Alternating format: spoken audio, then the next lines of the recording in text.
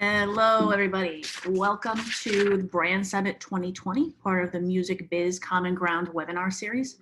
I'm Nicole Hennessy, Vice President of Music Biz. I'm always reluctant to say, good afternoon. I usually start these things with welcome because, good morning, good afternoon only works if you're in that, the time zone that I am in. We've seen Music Biz events grow. Attendees at Music Biz events grow exponentially over the last couple of months, and we've welcomed people from all over the globe. So wherever you're tuning in from today, welcome, good morning, good afternoon, happy Thursday, happy Friday, whatever it is where you're at. I'm glad that you are here and part of this conversation.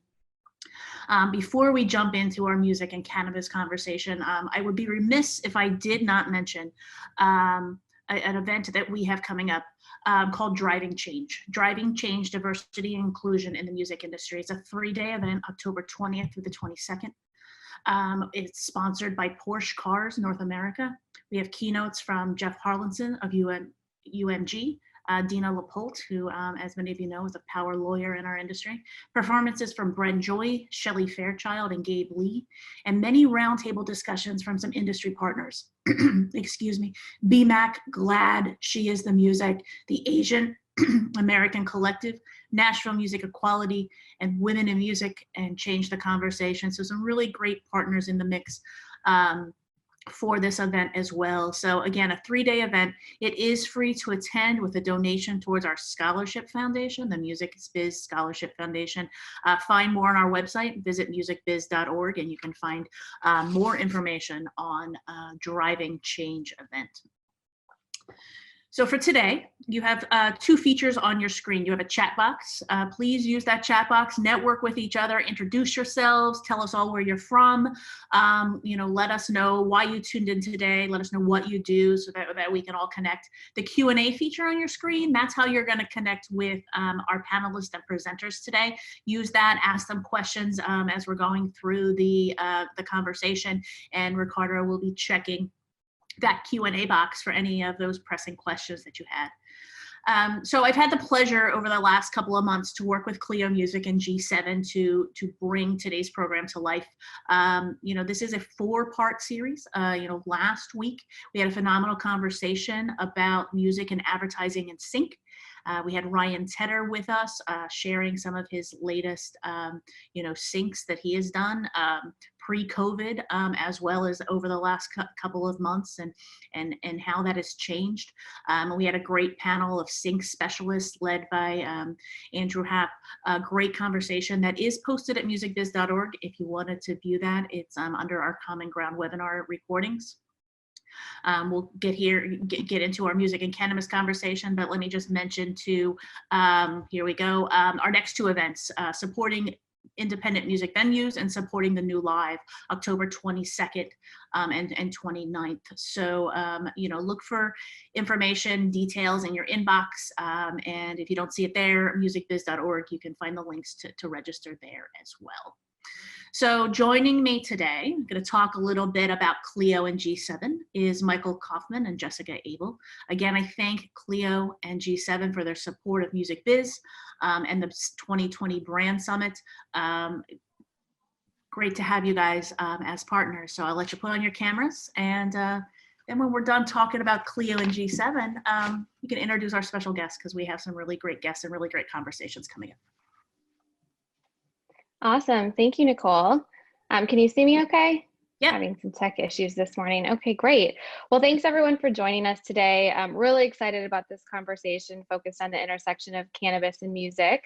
I'm Jessica Abel from G7, and at G7, this topic is of specific interest and importance to us. We had the opportunity to work with PAX Labs to design and execute a first of its kind music festival activation for them last year, where we brought the brand to music festivals from coast to coast, starting with Boston Calling and ending with Outside Lands, with a goal really to educate and destigmatize the conversation around cannabis. And I think it's really, really powerful and important to have these brands have the opportunity to activate at music festivals so fans can see them alongside the brands that they're used to seeing at music festivals. And I think artists like Margo have the unique power to really help shift the conversation around cannabis through music. And so really excited about today's conversation.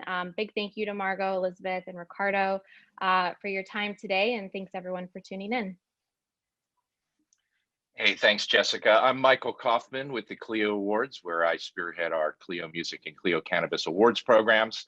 If you'd like to find out a little bit more information, you can go to clios.com/music or cliocannabisawards.com. We also have an editorial site called Muse by Clio that is covering creative work throughout all the industries. Muse by Clio, check that out as well. And I too am really excited about today. I think as I've been working with both the music and the cannabis programs at the Clios, there's been a thread for me of working with folks on the marketing side in both industries that just have a passion for impacting our world in a positive way. And on one side, it's really through music and how that impacts our lives, and the other side, it's really through the miracle of this plant. So I think there's a really amazing thread of creativity that runs through both industries. Excited to hear our speakers today. We're very honored to have them. I'm going to just, though, do a quick brief introduction to our moderator, Ricardo Baca, who is someone that is becoming a dear friend. He's going to be on our Clio Cannabis jury this year, which I'm very excited about. And he's a 20-year veteran journalist, was the first cannabis editor in the United States, I believe, at the Denver Post. And the great thing about Ricardo is he also has music in his DNA. He was also the music critic before that at the Denver Post. He helped co-found Denver's Underground Music Showcase. And then most recently in 2016, he launched Grasslands, which is a journalism-minded agency. They have a fantastic newsletter, so go to their site and sign up right now, because it's a great overview of what's happening in the cannabis industry from a creativity and PR and marketing standpoint. But I'm really, really honored and pleased to be able to introduce Ricardo. I'm going to let him introduce our esteemed guest, because I think, thanks to Elizabeth and Margo, who are both just amazingly creative and gifted folks. But I'd like to pass it off now to Ricardo and let him introduce our remarkable guests and lead this conversation about successful partnerships in music and cannabis. So Ricardo, welcome. Thank you, Michael. And thank you, Jessica. I really appreciate it. It is fantastic to be here. Been looking forward to this for a couple of months now. As Michael said, my name is Ricardo Baca. I am a lifelong journalist, 20 plus years, writing about music and writing about marijuana, which has been such a gift. And yeah, I started my own PR and marketing shop about 4 years ago called Grasslands. You can learn more about what we do over at mygrasslands.com. But more importantly, we're here to discuss supporting partnerships in music and cannabis today. Going back to my journalism days, I definitely wrote a lot about this, simply because we always knew there was going to be a meaningful meeting of the minds as it related to these two industries. We just, of course, needed cannabis to become more legal and more accepted and less stigmatized. And while we're much of the way there, we have overcome so much of the propaganda that prohibition and 80 years of misinformation has really laid upon us. We still have a long way to go, and it really is up to these entrepreneurs and executives in music and cannabis to make sure that we go about doing this correctly. And of course, our two guests today have a long history of doing things right. And so some brief introductions of our panelists, and you will also get to know them significantly better, starting with my friend Elizabeth Hogan, who is the Vice President of Brand at GCH. And GCH is a house of brands that's home to Willie's Reserve, Willie's Remedy, and other cannabis and hemp brands. And all of these brands count country singer Willie Nelson as their chief tasting officer. So I welcome Elizabeth Hogan, and our other panelist, Margo Price, of course, is a Grammy-nominated singer-songwriter whose latest album, That's How Rumors Get Started, which was co-produced by Margo and her friend Sturgill Simpson, is on sale now. These two women have a long storied past together, and you will learn more about that as we get in. And one last reminder, just to use the Zoom Q&A function here. If you have any questions at all for the panel, I will be navigating that and making sure that we get to that. We will allow a certain amount of time for Q&A at the end of this, but so it's right there at the bottom, Q&A, so please use it, definitely. Elizabeth, Margo, welcome, and well, thanks so much for being here. Thank All you. right. So here we are on Zoom talking music and cannabis as side-by-side meaningful collaborators, right? Like, who'da thunk? You know, Elizabeth, let's have some fun with this. Of course, music and cannabis were always destined to be meaningful collaborators. But can you talk about how, as you were starting to get into the cannabis industry, this was one of your #1 goals? Absolutely. It's like, pardon me, it's like the oldest story in the book, right? Like, obviously weed and music belong together. And if we were playing the game and everyone was sharing their first cannabis story, weed and music. But when back in the dark ages of 2014, when we got started, the theory was Willie Nelson in particular, as a musician and an artist and an activist, was particularly compelling for the weed world. But it was Willie Nelson's idea. He raised his hand to say, what would it look like if I got into this legitimate emerging cannabis business that voters have decided is a great idea?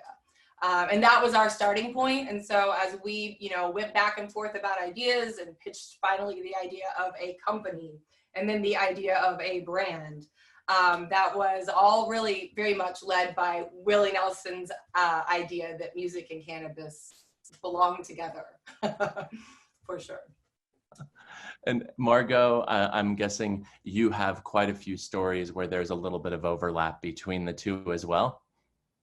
Oh, without a doubt, I think music and cannabis and just creativity, all those things have always been married in my mind. I think back to my first experiences of smoking and just even how, as a music listener,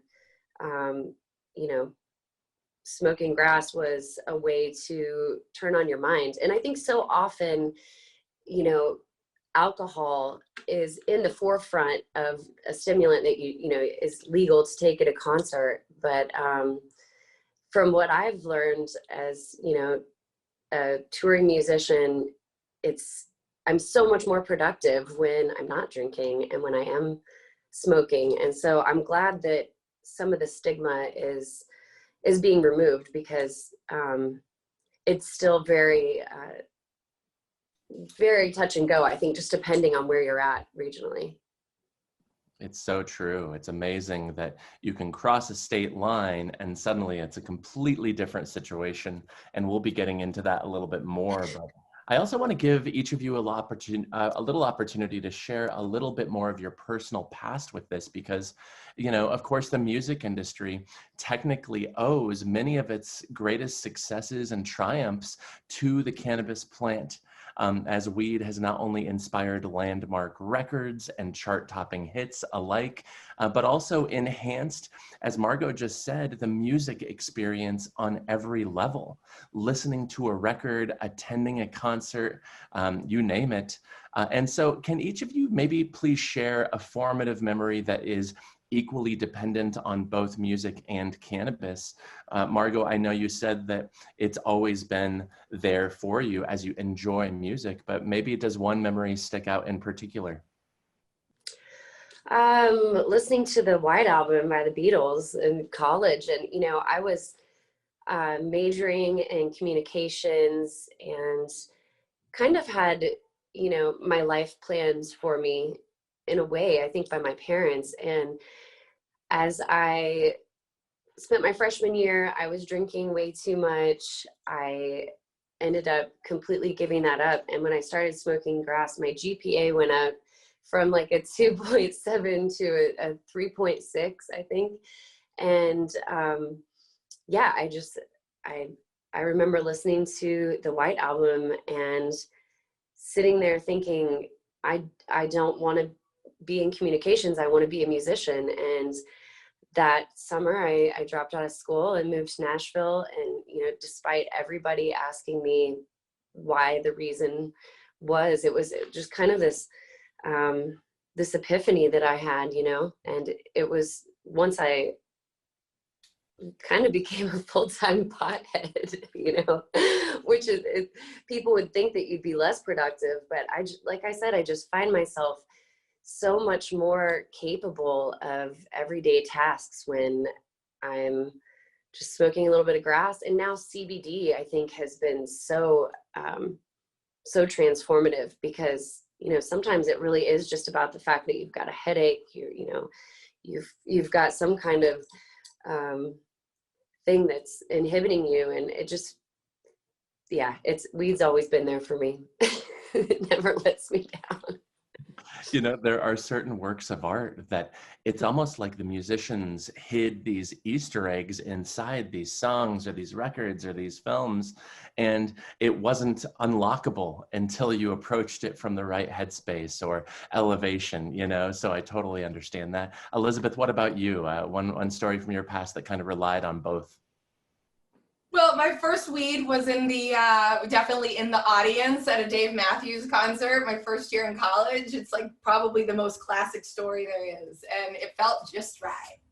And I definitely was a big fan from the beginning. But building a little bit on what Margo said, when legalization in Washington happened I live in Seattle. When legalization in Washington happened in 2012, it was the first time I felt comfortable saying out loud in my professional life. My prior professional life was not in cannabis, it was in brand development.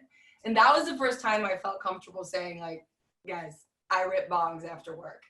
And that really, for me, like, opened up this way, just as you were saying, Margo, to not be quite so dependent on alcohol as my only socializing lubricant. And also to, like, be a little bit more self-aware about how cannabis supported certain parts of who I like being. Like, it's just, like you're saying, it's there for me, but it definitely, once it was legal and I felt more able to tune in instead of hiding what I was doing, I did start to find it can be a very different tool when you have it, you know, available to you in that way. Yeah, I mean, I feel like, yeah, I have really used cannabis as a way to combat depression. I went through a very dark period, and people wanted to prescribe me antidepressants, and definitely that is the route for some folks, and there is no judgment there, whatever you need to get through. But I think there is more judgment when, you know, you're using cannabis as a way to just help yourself emotionally. I mean, like, take the edge off and not wake up feeling like you want to die. Like, that's the opposite. Yeah. And especially because this is an event that is targeting a lot of people in the music industry. I'm guessing this is most of you are pretty savvy. You understand that cannabis does have tremendous efficacy as it relates to treating certain conditions, whether it's spasticity or epilepsy or depression or anxiety. But if this information is new to any of you, I would definitely encourage you, take a spin around the internet, because the amount of information that we have out there has changed so drastically, and cannabis is now being accepted widely as medicine, increasingly so as we get more research done. But, you know, coming back to this conversation, now that cannabis is a legitimate industry, albeit it is still a federally illegal industry, it makes sense that so many recording artists have lent their names, their likenesses to products featuring CBD, THC, other cannabinoids. And while many of these musicians' weed deals disappeared as quickly as they appeared, some artist-linked brands have shown a more substantive and meaningful shelf life. including Willie's Reserve and Willie's Remedy.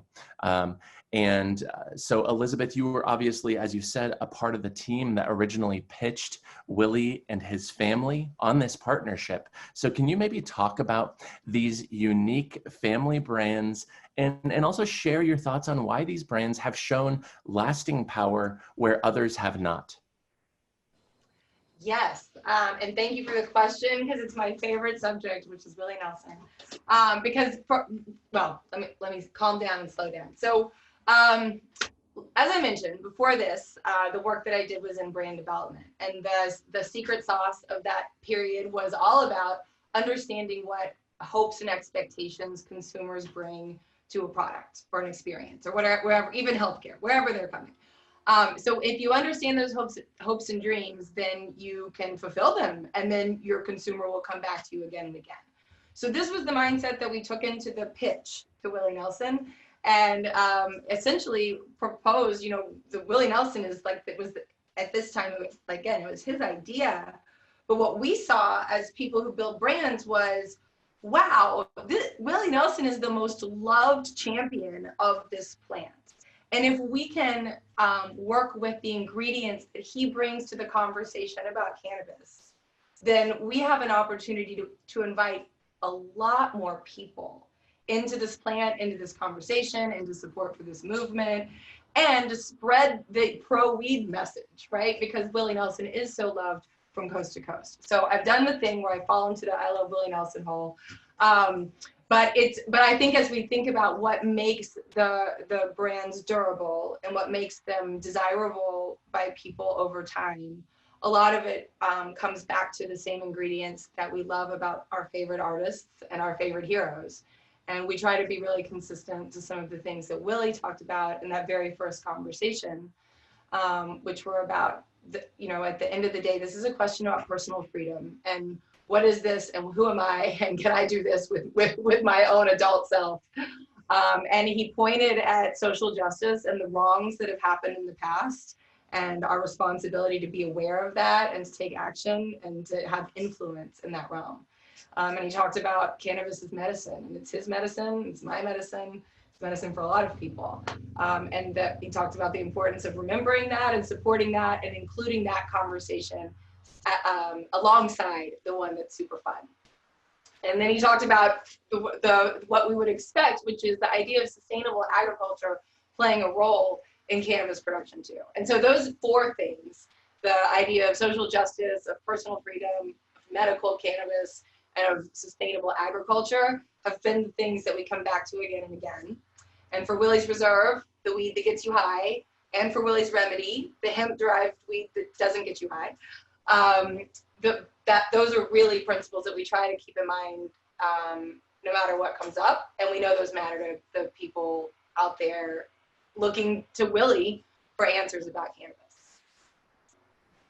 And I guess, Elizabeth, as I kind of pointed out, there's been a lot of celebrity weed brands, a lot of musician-centric weed brands, and yet many of these have not lasted more than a year and a half.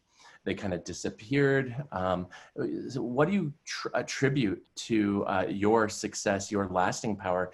Is it that adherence to these four pillars of this brand? I think that's one aspect, but I also think that Willie Nelson's lifelong investment standing up for this plays a big role as well. So I certainly think any artist who wants to lend their name to the movement is welcome to do so. And for some, it can be, just part of it. And for an artist like Willie, it's a lot of it. So I think that also certainly plays a role, is that he has invested so much, and then we try to stay really true to where he put his effort. I wanted to chime in. I'm like, I think for anybody in the world, even if you smoke grass all the time or just occasionally, everybody wants to smoke a joint with Willie. And when you see, it's like, I've had product and my family or, whoever, friends that I've brought Willie's Reserve back to, it's like, this is Willie's weed. Okay, I want this. And it is good. And because it does feel so closely tied to Farm Aid for me, and, supporting farmers and growers that are you know, ecologically conscious and want to be sustainable, that's just more incentive to buy it from them. And, you know what you're getting. Know you're not getting pesticides. Like I still live in Tennessee where weed is illegal. And so, you know, sometimes you are still calling a dude and you don't know what you're getting, but it is amazing to see the packaging. And it's, yeah, I think it is just the appeal of Willie. He's so cool. It's so true, especially because a lot of people forget this. The cannabis industry is all about commodities and agriculture. We've done this before. We know how to do this. This is a plant. We're growing it. We're processing it. We're selling it. It's not all that new. In fact, we find ourselves not having to reinvent the wheel. And thank goodness we do have advocates for small batch boutique farming like Willie, because of course, like every other agricultural industry in the world, we are seeing the mass commodification of cannabis, and we're seeing automation taking over in a lot of these cultivation facilities, many of which are indoors, therefore requiring on a lot of electricity to run the lights, the humidity control, etc. But yeah, of course, Willie's ethos and dedication to American farmers, it just is such a natural segue to this conversation. And Margo, of course, you and Willie share a deep love of traditional country music, but also for well-grown cannabis. And in 2019, you partnered with Willie's Reserve to release the All-American Made collection. And this collection is named after your last album, 2017's record. Can you share with us how this collaboration came to be and why this project in particular appealed to you? I love that you say that this reminds you of Farm Aid. So I wonder if Farm Aid had something to do with this. Yeah, well, actually the first high idea started at Luck several years ago. And it was something that was brought up to me, you know, would you ever want to have your own weed strain? And then, you know, a couple years went by, and a lot of musicians, artists, they want to start like a clothing line, or, you know, I don't know what other business ventures, but this was definitely near and dear to my heart, coming from a farming family and being able to partner with Moon Made Farms in California, who grows it. I got to pick my grower and meet her, and just what they do is so important. I mean, whether you're farming, you know, food or cannabis, right now, the soil and what we are doing to the environment it might be irreversible. You know, they're saying by 2050, 2060, a lot of the soil isn't even going to be able to grow all this mass produced corn and soybeans. And if people were doing more regenerative farming, you know, that would help. And so it's a small way to give back. And also I wanted to touch on Bail Project and Last Prisoner Project, because like Elizabeth was saying, when I got into this, I started thinking, you know, I'm just a white woman. There are so many minorities that are incarcerated, and, you know, I didn't want to just have this boutique weed line. So I love that everybody is giving back a little piece, and maybe just taking down some of that stigma that DARE and a lot of those programs beat into our heads back in the 80s and 90s. It's so true. It's absolutely necessary in the cannabis industry, especially, to be making sure that you're giving back to so many of the communities who have unfairly borne so much of the brunt of this war on drugs that's lasted more than 80 years. Elizabeth, can you talk about that from your perspective too? I know Margo mentioned both of those organizations. Can you talk about the brand's dedication to making sure that corporate social responsibility is at the forefront of what it does and helping raise that awareness?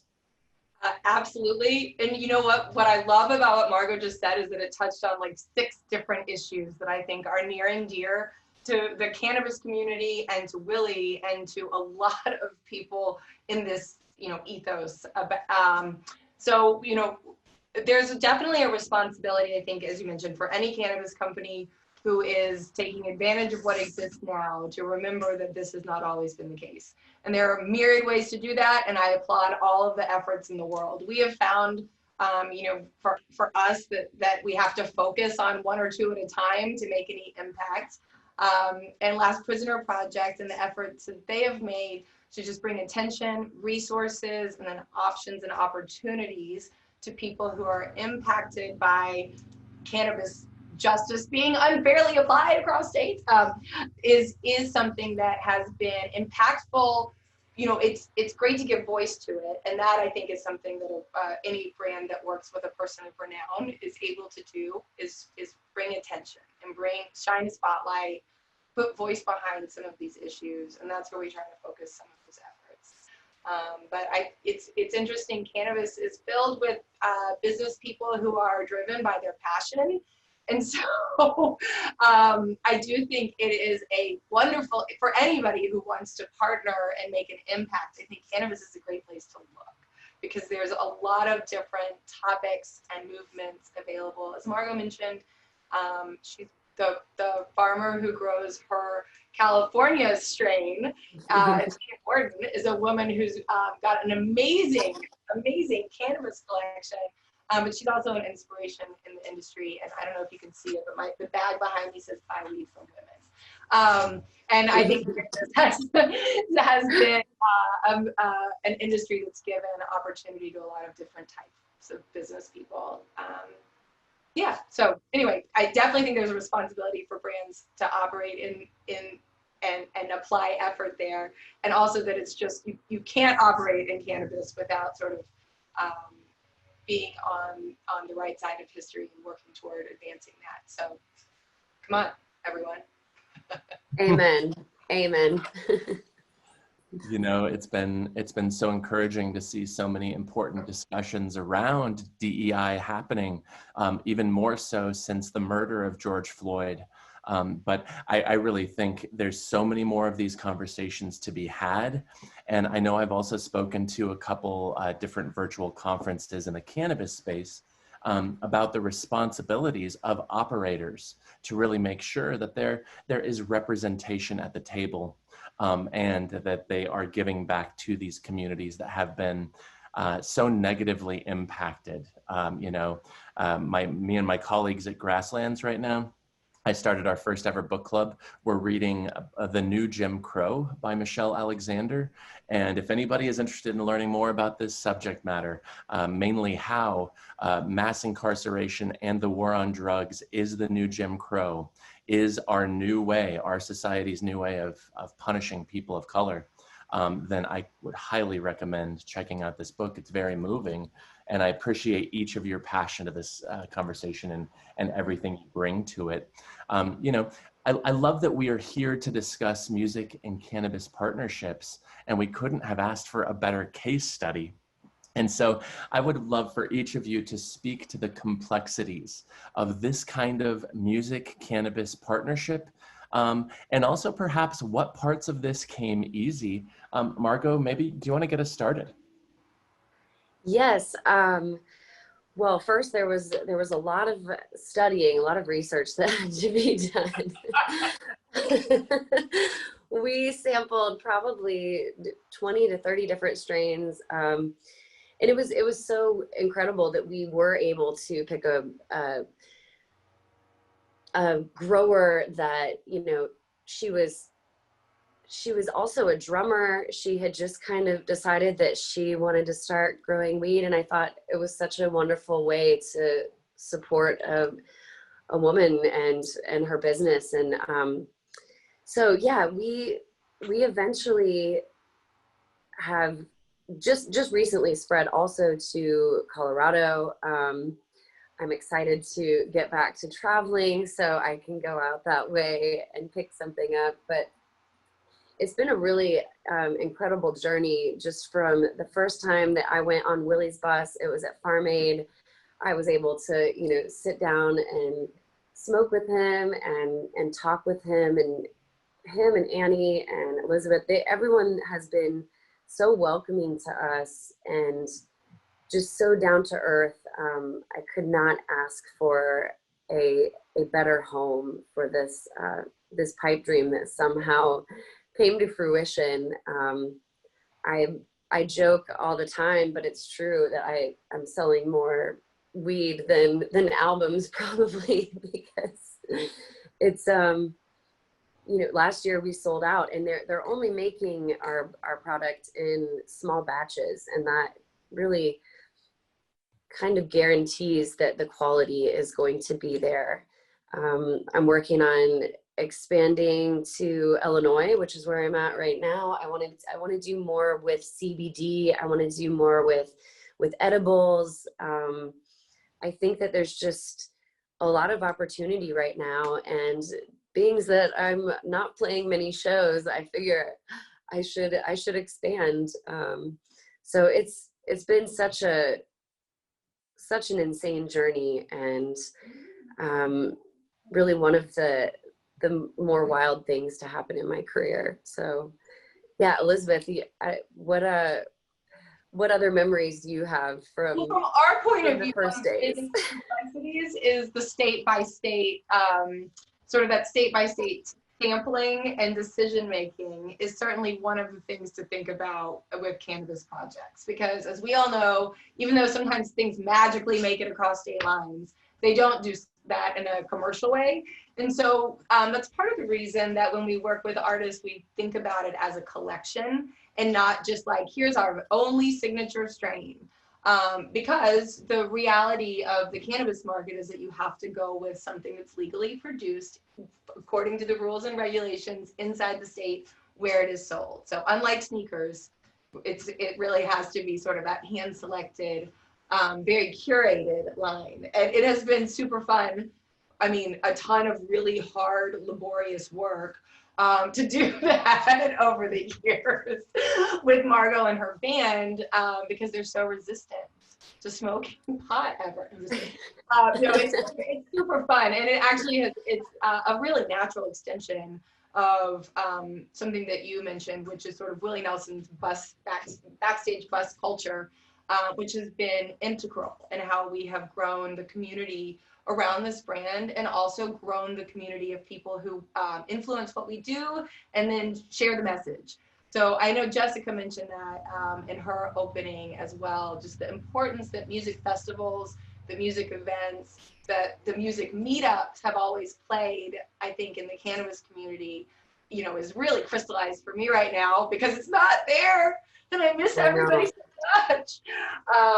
But that is definitely one of the biggest considerations, is how do you bring something to market that can have relevance in all these different states, even though the product itself has to vary. And I think, you know, much like music, taking the artist's expression as the flag that you fly in front of that is part of it. And Margo, when we started this project, had some amazing, I had them teed up, but I don't know how to do anything, but had these amazing photographs that you had taken in like a photo shoot session already.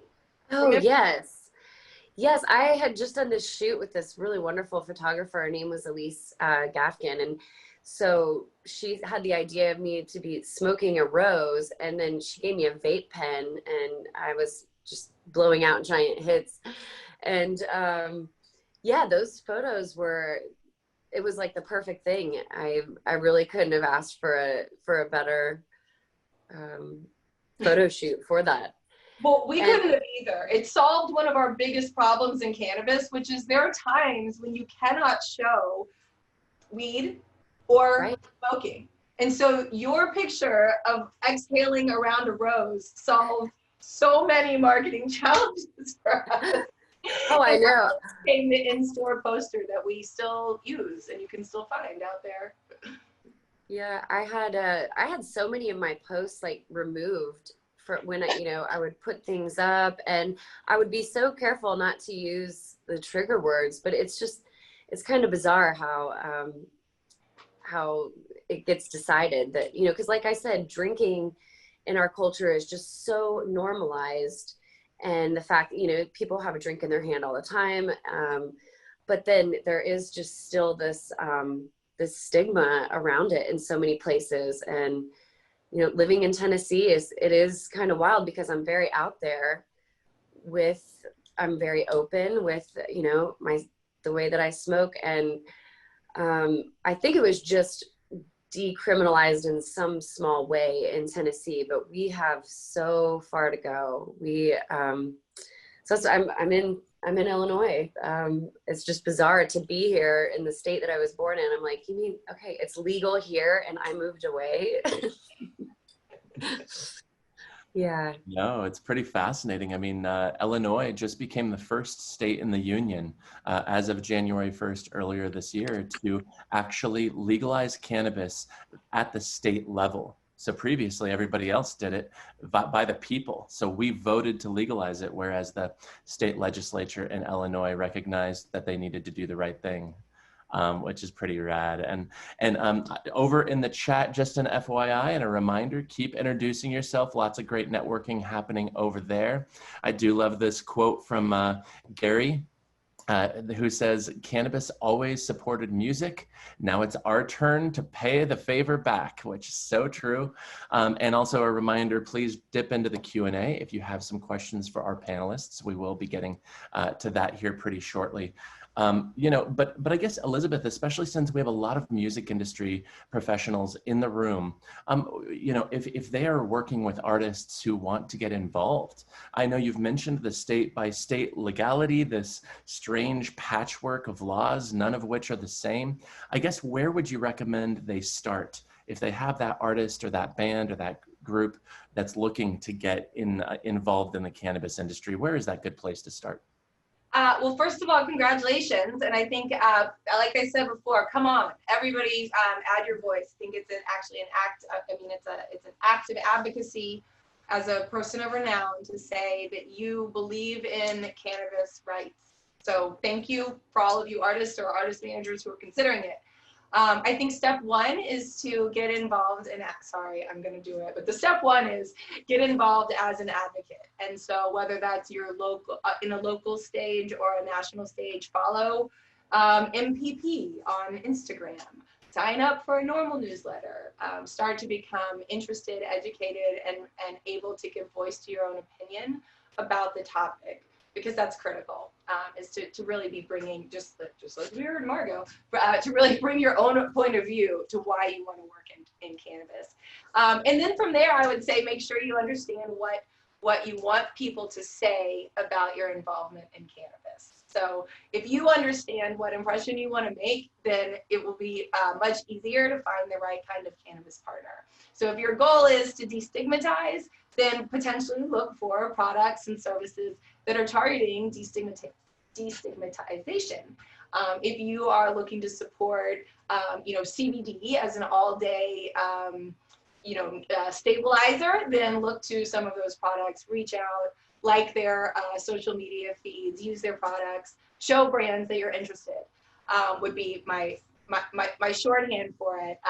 But I think that though the market is segmented and there's some state by state stuff going on, more and more the conversation, the information sharing, the consumer information is being passed across state lines. And so people are learning about, reading about, following.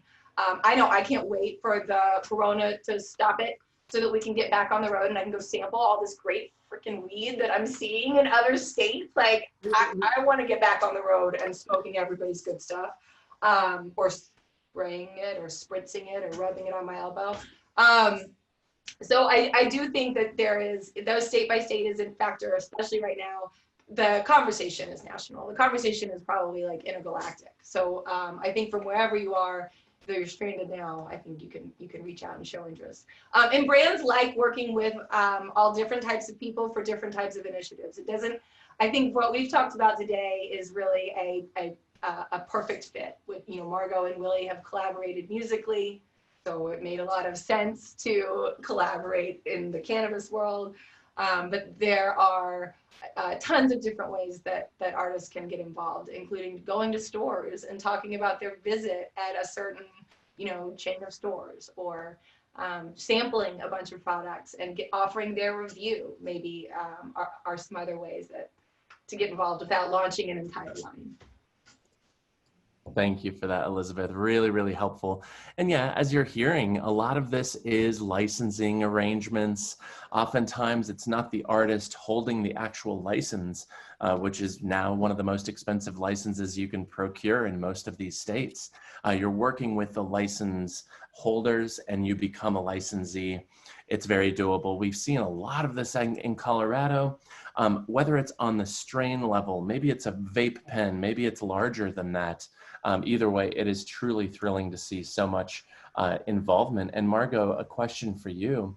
I know you have other relationships with brands, you know, whether it's a guitar manufacturer or somebody else, but how does this partnership differ from those? And was it more difficult to figure out this partnership than some of those other ones? No, I think it was maybe even more organic in the way that, you know, it was just something that I really wanted, and for them to kind of make that happen. And, you know, I did the easy part. All I had to do was try a bunch of different samples out and decide which one it was going to be. But I really think that this partnership is just it's so much different than, you know, like I said, if it was just a clothing line or some, this feels more meaningful, and it's in a small way, it's a way for me to kind of feel connected to the farming world, and, you know, something that is grown with your own hands. I see so many similarities between musicians and farmers, because it's always a complete gamble, you know, what your crop is going to be like, and, you know, what's going to happen when you're out on the road and touring. It's wonderful that that's at least still going on, you know, that we haven't been able to play shows, but just still having that that support and that line there.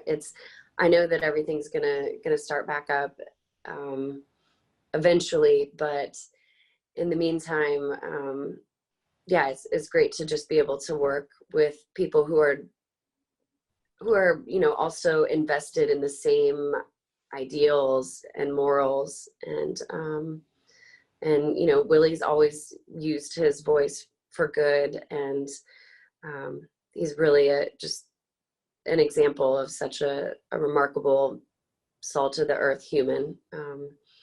It's an honor to have his name on, you know, anything that I do. I was thinking too, one other thing I wanted to bring up earlier was that when I went into the studio, and Willie and I did our duet song from my second album, All American Made, we did a song called Learning to Lose that my husband and I wrote. And when I walked in, there was Trigger was sitting right there.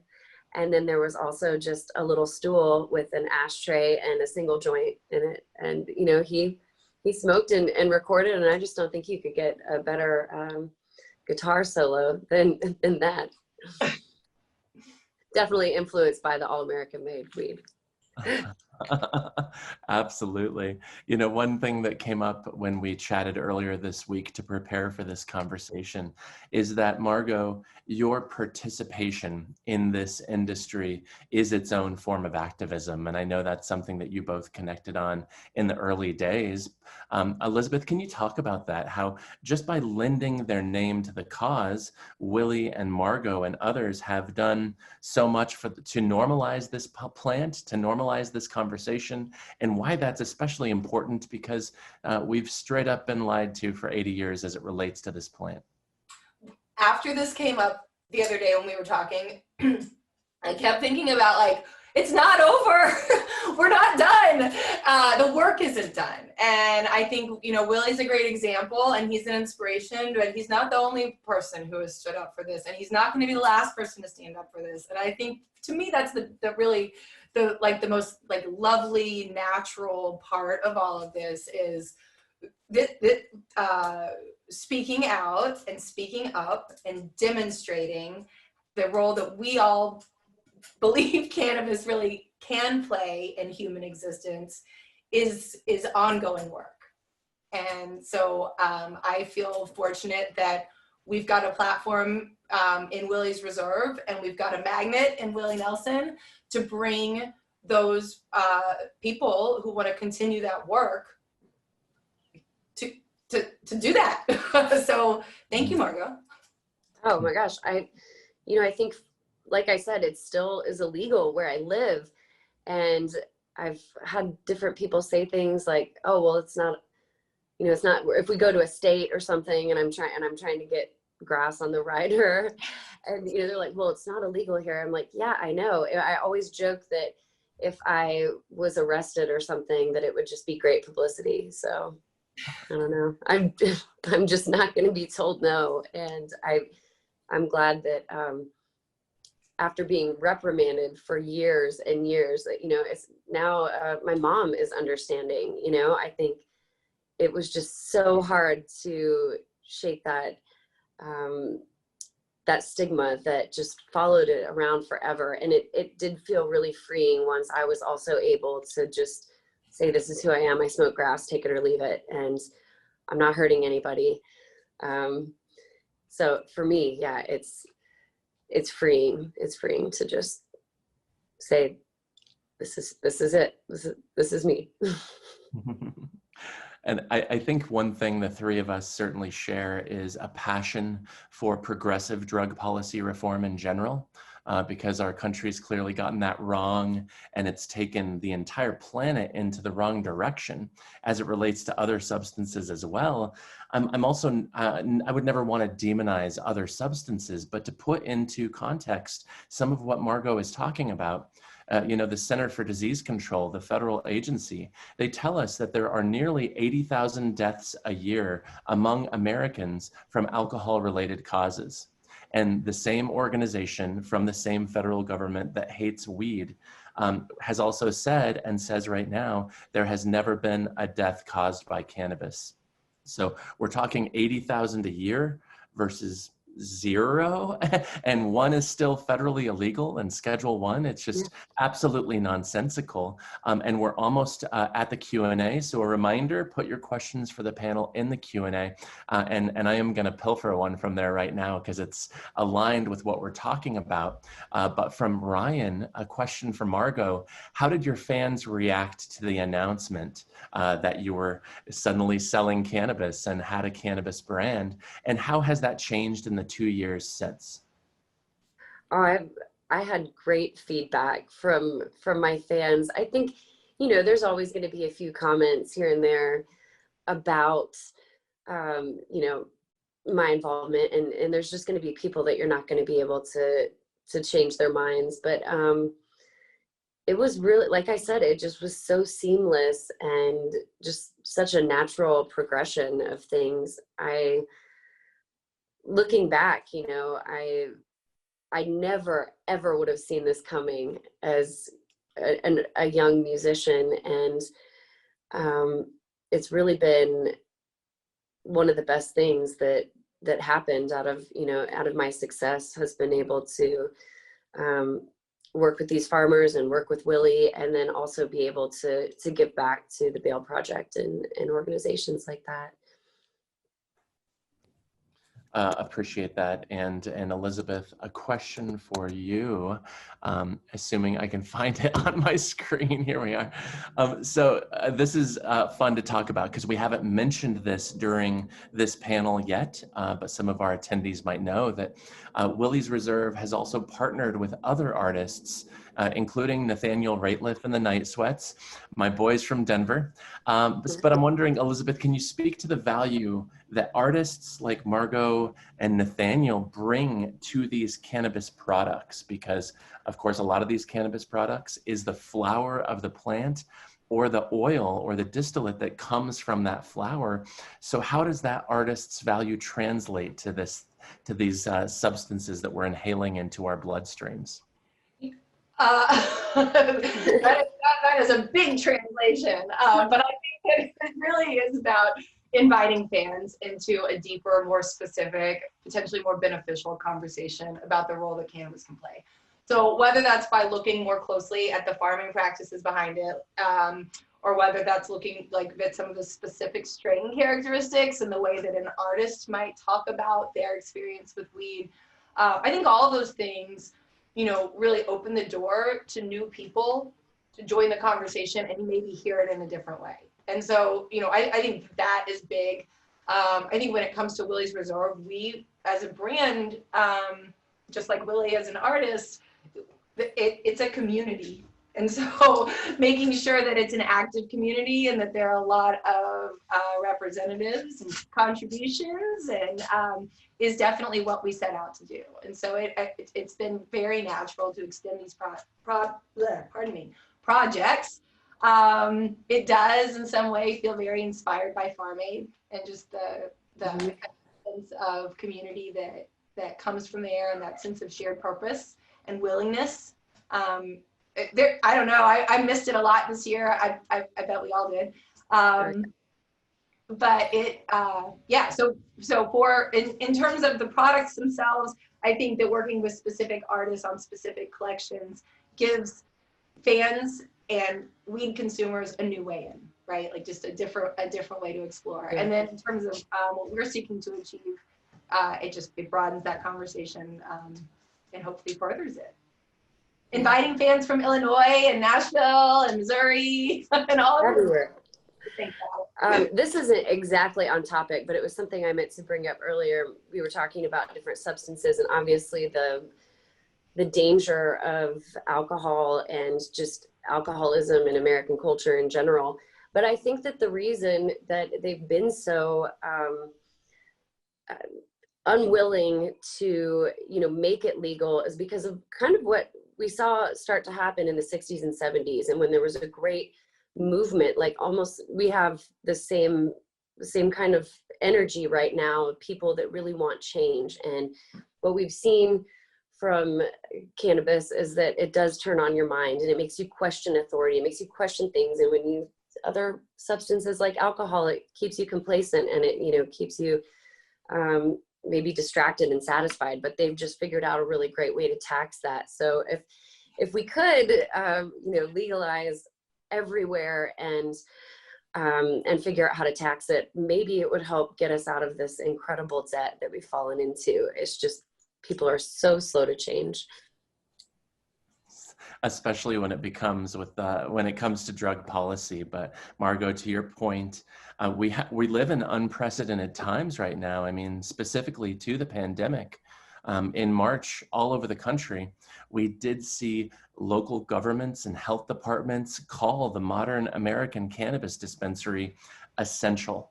And so therefore, these dispensaries in a lot of these states are now essential, like the grocery store, hospital, and pharmacy that are also essential. And we should see in the future all medical and recreational cannabis shops in every state be considered essential because people get their medicine at both, of course. So I'm thrilled that you pointed that out. I do think it's really important. But also getting back to that CSR component that we talked about earlier, if people do look in the chat, we do have some Instagram handles. Thank you to Ryan for putting those in there for Last Prisoner Project, but also Bail Project. Margo, I just want to ask you for a second, why was it important for you to bring Bail Project into this mix so that they're benefiting from the sales of your cannabis products? I think there's, you know, I wanted to find a way to really specifically help people that were incarcerated for cannabis charges, but that was really difficult. So my manager, Amy Schmaltz, she helped me find the Bail Project. And what I loved about the organization is that, you know, there's a lot of people that are not guilty, they're innocent, and then they're just being held kind of ransom because they can't pay bail. And the Bail Project helps a lot of women, people of color, who just don't have the money to pay for that. So like I said, I didn't want to just be this white woman who had some kind of boutique weed line and just you know, be blind to what larger problems there are around the plant. You know, I think like Elizabeth said, we've got a really long way to go, but you know, maybe we can have some kind of sea change during this pandemic that you know, people kind of realize that it could be the answer to a lot of problems. You know, like I said, rotating out the crops with hemp and with corn. I'm from a farming community, and I just see the devastation of what's going on. There's a lot of great things that cannabis can do if people would allow the plant to do its job. It's here for a reason. God made it. I think I trust that more than any other man-made substance, that's for sure.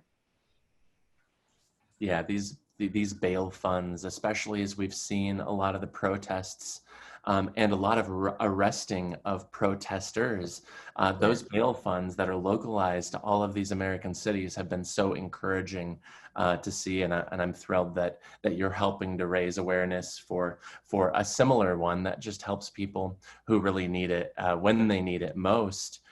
Elizabeth, before we move on to the Q&A, I also wanted to give you the opportunity to talk a little bit about your passion and support for the Last Prisoner Project as well. You know, of course, pre-legalization, we were seeing disproportionate arrests, I think 5 to 1. If the color of your skin was black or brown, then you were being arrested at a 5 to 1 rate compared to those with white skin. And technically, we know that black and white, we use cannabis the same. And so something is wrong. And of course, that's kind of pre-legalization data. But even now, post-legalization in markets like Denver, where I live, and Seattle, where you live, we're still seeing racial bias when that should not exist now. So can you tell me, Elizabeth, a little bit your thoughts on that, of course, but also why you support the Last Prisoner Project and what you hope to accomplish with that support? You just hit on the thing, which is the racial bias in the application of those laws is persistent, and it's everywhere, and it's ongoing, and it's under talked about.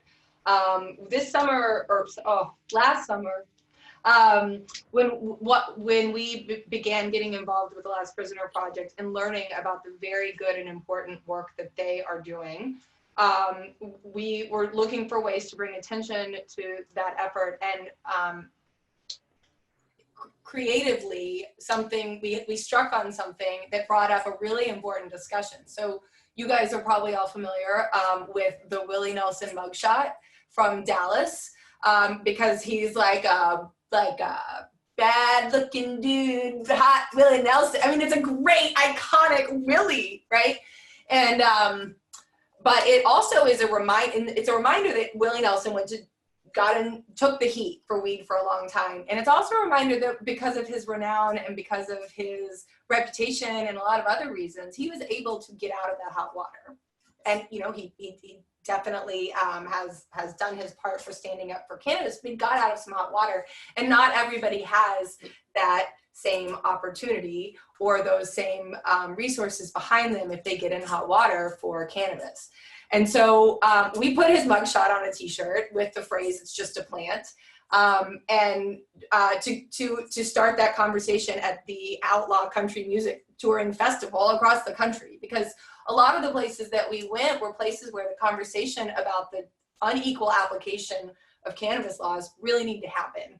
And it really needs to happen from, you know, the grassroots level so that we can all be good advocates for each other out in the public domain. So, you know, a concert is not the right venue for every single thing, but it is a great venue to activate a community who already are going to be together, who are already like-minded, who share cultural references around important topics. And we, you know, in our touring pop-up that was all about fun and all about legalization, we definitely wanted to include a conversation about Last Prisoner Project and the unequal application of those laws. So that's one way. There are so many things that need to be done. So please, everybody who's watching, visit their website and see how you can help. Well, great.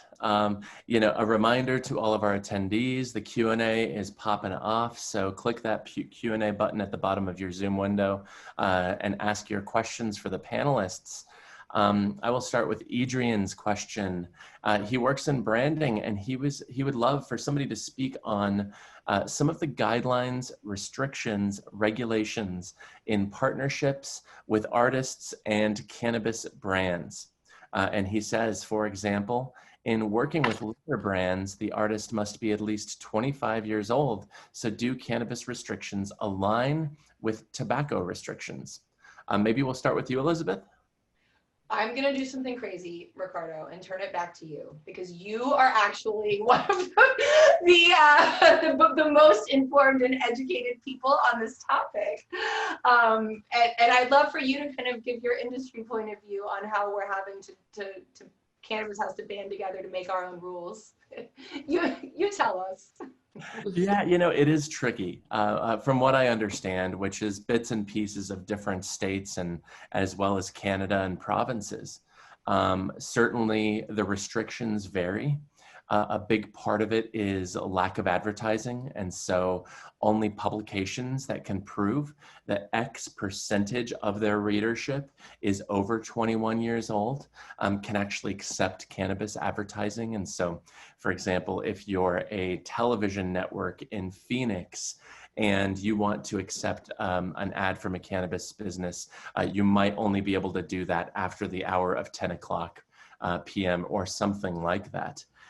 There are some interesting rules and regs about using personalities to really drive this conversation forward from a branding and marketing perspective. We've seen lots of interesting things happen as it relates to that in Canada.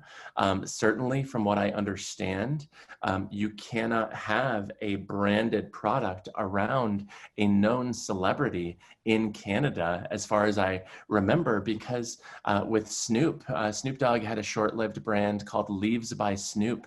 And when it went to Canada, it was just Leaves, because his name could not be in the brand name. Elizabeth, I'm sure you've had many conversations in Canada, but does that still resonate with what you're hearing up there? There are some well-intended regulations that have really bizarre impacts. And I would say that's one of them. I think that the well-intended part is, let's make sure that we're not using pop culture to promote cannabis to kids, for instance, right? And so well-intended people put rules in place about that. But then one unforeseen consequence is, trusted faces in cannabis can't bring their trustworthy cannabis to market in the same way. So I think, my belief and my hope is that over time, through enough positive pressure, we can change those rules so that we are both protecting kids and also allowing trusted faces into that market. Yeah, and I'll just add one more thing to that, because when Elizabeth says that these are well-intended regulations, many of them are. If you think back even just 7 years ago, so pre the recreational era, this was really a world where we were facing that question from prohibitionists. What about the kids? What about the kids? Of course, we didn't want to endanger our communities, our children whatsoever.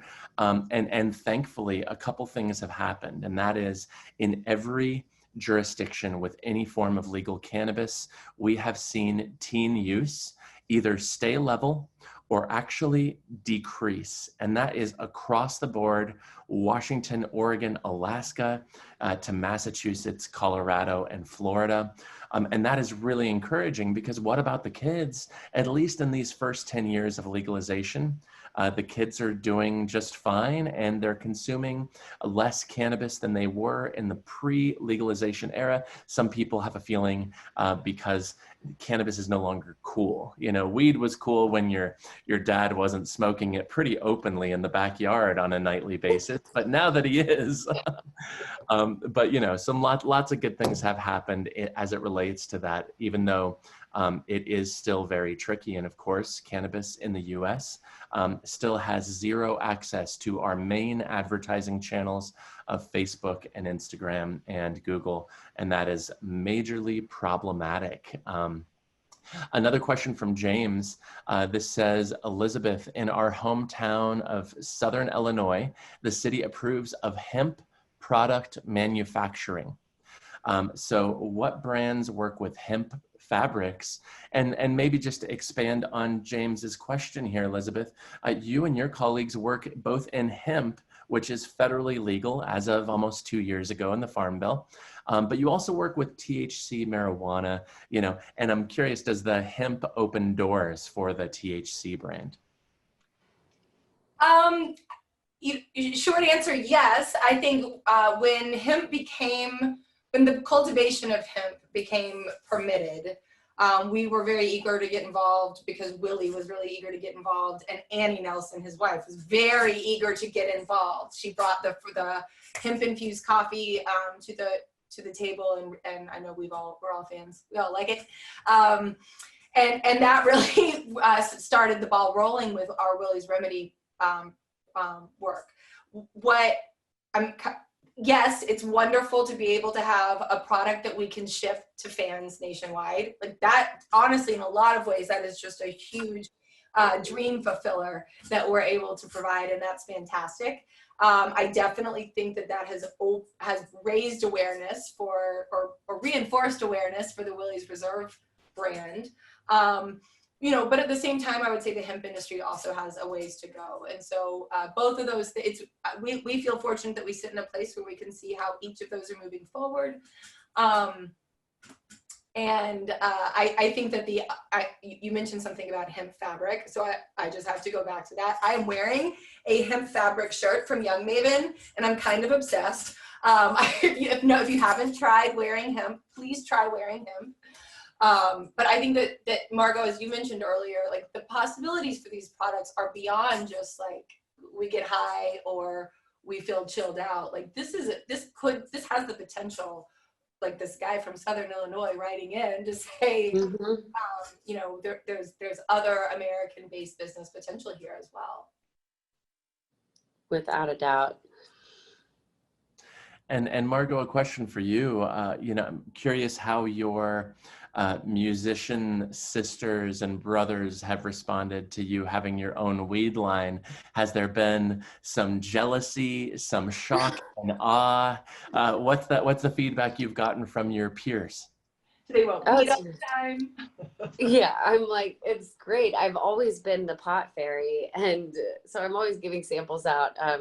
When Sturgill and I were in the studio making this last record of mine, of course I was pregnant and I was not partaking in smoking at that time, and I gave him a jar and he was like, well, this is pretty genius. He's like, they even put your face on it. He's like, good job. I think it's been really cool then to see like Nathaniel Rateliff and the Night Sweats, which every time we've been through Colorado, they will toss us a giant bag of trimmings or something. To see them, come out and have their own line. I love that it does feel like a community of, people that are all very connected musically and socially and spiritually. It's a good home. Margo, I love that you have a background in agriculture. Your first record is one of my favorites of all time, but you do talk about a childhood where there was a farm involved. So just curious, did you grow up on a farm, and does that history, you have talked about your passion for agriculture, American grown, regenerative agriculture specifically, but did you actually grow up on a farm, and do you think that ties you in even more with this plant? Because of course we can call it a drug or a substance or whatever, but it is a plant, as Elizabeth's t-shirt kind of pointed out. But can you talk a little bit about your youth and how that does tie into your appreciation for cannabis? Sure. Well, I grew up in a very rural area. I grew up in the country in northern Illinois off the Mississippi, but my grandfather and all of his sons, my father and my grandmother too, they all had a very successful farm until the mid 80s came. And so I was about 2-3 years old when that was kind of swept out from under them. And it was always a missing piece of the family, because, it was few generations. And then my dad went and he found work in a prison. And, you know, my parents just kind of did what they had to do to get by. But that farm crisis in the mid 80s, that it always kind of shook me. And so I've done Farm Aid for the past 5 years. It's a cause that's really near and dear to my heart, obviously. And, you know, I think that it is, you know, it is connected. Like I said, I love being able to support a farmer. I don't have the time necessarily to have my own giant farm. It's a dream that I have, you know, to either grow hemp or cannabis, or just, you know, have a farm with livestock. But in the meantime, while we, you know, the last few years while we have been touring a lot, it is a good way to kind of still feel connected to people that are giving back to the earth. And I'm curious, especially with your latest baby, and congratulations. I think I heard her in the background of our call the other day. But Yeah. with Ramona, there's a well-known children's book out there called It's Just a Plant. And I'm just wondering if that's ever found its way through your home. That was a gift at my baby shower. It is, you know, strange to be a mother and to, like I said, live in a state where it's not legal. And, you know, I don't really smoke openly in front of my children, but they've heard me talk about things before. And when I was pregnant with Ramona, I was reading my son Judah a book, and he was 8 years old at the time. And I was reading Roald Dahl's Witches, and they were in the book, the grandmother smokes a cigar. And he said, "Mom, did you ever smoke a cigar?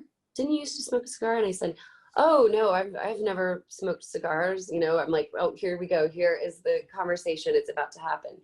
And he goes, "Oh, that's right. You smoked that crumpled up basil stuff." And I lost it. I started laughing so hard, but I just decided at that point that it was better to be transparent with him. And so I started talking about CBD, and he's met Willie. So that was kind of the way that I bridged it. You know, it's like, you know, look, Willie Nelson is successful, and he's a normal person, and yes, he smokes, and yes, I do sometimes smoke when I feel like I need to. So it's been wild to navigate now, having children and being so vocal. But like I said, people drink in front of their children all the time. There's got to be a way to feel all right about it, you know. But it's an interesting conversation to have. And there absolutely is a way of feeling all right about it. I think back to 2014, and I was hiring pot critics at the time to write for me at this vertical that I was starting for the Denver Post. I really wanted to elevate the format of pot criticism so we can talk about this plant in similar terms that we typically reserve for a nice, deep, rich coffee or a beautiful meal. And one of my pot critics, I really started thinking about how I could best use her and what she most had to offer to this national conversation in 2014. And she was also a parent of a small toddler. And I asked her, I was like, "Would you ever be interested in writing a parenting blog instead?" And sure enough, she turned it around and started writing a weekly parenting column, because of course, lots of peculiarities in those early days of legalization with state agencies like Child Protective Services. But what we have proven over the years is that, of course, we as parents can be immensely responsible when it comes to this plant. And so I think it's great that you are that role model. I've heard from many parents that it makes them better parents, more patient parents, from their limited cannabis consumption, of course, when they're in charge of their kids. Back to the Q&A, and just a reminder, we are going to be wrapping up here in less than 10 minutes. So anybody who does have one more question, slide it into the Q&A, and I'll do my best to get to it. But a question from Mardell, this one is probably for you, Elizabeth, and he says, "Coming from a state where it is not legal in any way, in any fashion, where would an artist look to try to partner with brands that involve cannabis, as well as pitch to them Elizabeth, I know you talked earlier about, become an advocate, and I would agree that's an amazing and necessary first step. But, especially if you're in an illegal state, what would you recommend to Mardell maybe be a next step after becoming an advocate, maybe reaching out to some of these other entities that you already mentioned? Yep, absolutely. I think, you thinking about where cannabis for medical or recreational use still is not legal at all. I think really the best, likely a great scenario would be looking to a CBD brand or a brand that is next to cannabis. So for CBD, one place to start might be to go to your natural foods or grocery channel. Those are places where frequently you can find hemp-derived products that are local or targeting your local population. Another good place to find them, of course, you're seeing, like it or not, a lot of vape shops are places that are starting to carry CBD because, like vape, they are catering to an audience who's looking for a really specific product. So those might be some places to check out in terms of where sort of pre-cannabis market activity might be starting. I know in Texas, for instance, where there are still very, very tight restrictions around cannabis, there is a growing interest and acceptance of hemp-derived CBD products. And so there are a lot of, just as an example, because we hear a little bit about Texas around Millie's, there are quite a few products that are using hemp now that likely in the future would be regulated cannabis products if given the opportunity. And so one thing you might do is just start taking a look around at like local makers, local craftspeople, local artisans who are working with hemp and starting to build your network for that future time when cannabis is legal and some of those people are starting to transition into the regulated cannabis market. So that's a long play, but it's a really good way to get involved and support your local entrepreneurs who are like-minded in terms of wanting to see a change in your jurisdiction. Well, it's so essential too, and this is something that I did not understand when I first started covering the beat of marijuana as a journalist. And that is the only reason we have legal cannabis in 2020 right now is because people's voices were heard where it mattered most. And at least within the US, that means going to city council and speaking your mind and sharing your story, going to the state legislature. I remember when I was down in Louisiana a year and a half ago, throwing a party during a big trade convention. And I did an interview at the local NPR affiliate there in New Orleans. And I was talking to one of the gentlemen there, and he said the only reason they were able to pass even modest medical marijuana legislation there in Louisiana is because parents and children and adults went and shared their stories with the state legislature, and they just couldn't ignore that. So I think, showing that advocacy for the plant is huge. And as Elizabeth touched on, you'll really meet so many more like-minded people there, and that can really elevate you to the next conversation that could end up being a meaningful partnership for your art. I do want to point to the chat. I know our colleague, Michael Kaufman with the Clios, he included a link here to some of GCH's winning work for the Last Prisoner Project. So definitely check that out. And then also one of my friends from Denver, Andrea Villarreal with Youth on Record, which is a tremendous music-rooted nonprofit. She mentions here that they are receiving marijuana tax dollars to fund their programs at Youth on Record, and they have helped to create some pre and post surveys for their youth in Denver, which is very cool.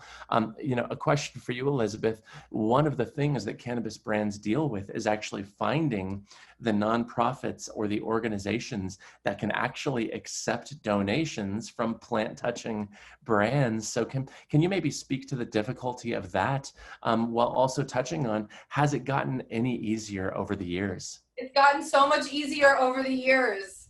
So, and great news.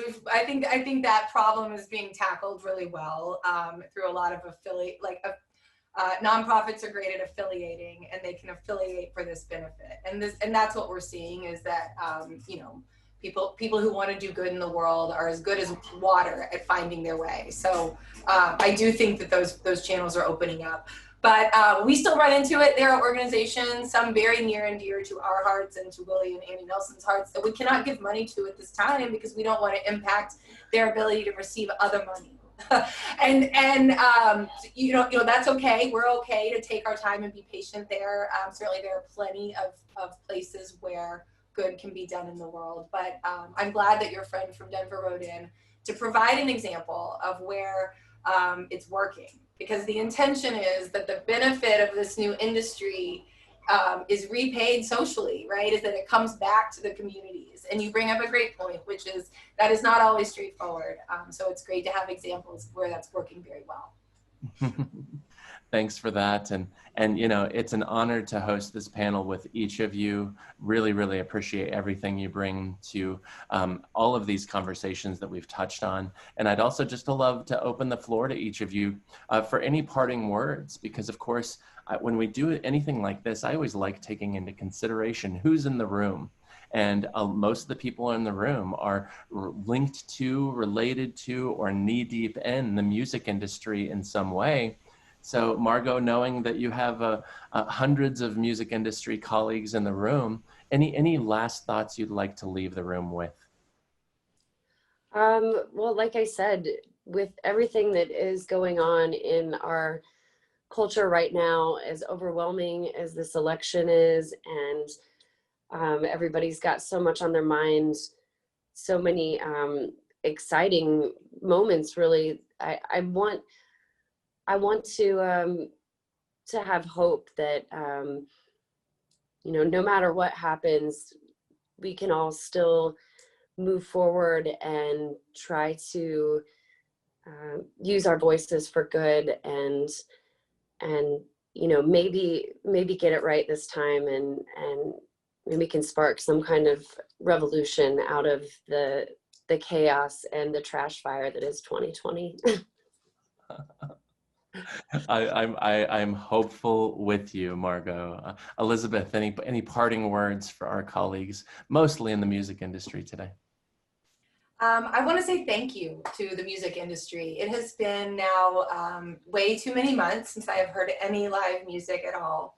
And I feel the dearth deeply, but I also am really aware of the fact that that's a lot of people not doing what they've been called to do. And that's a lot of people not making money, and that's a lot of people really feeling like their hands are tied around the things that they're passionate about.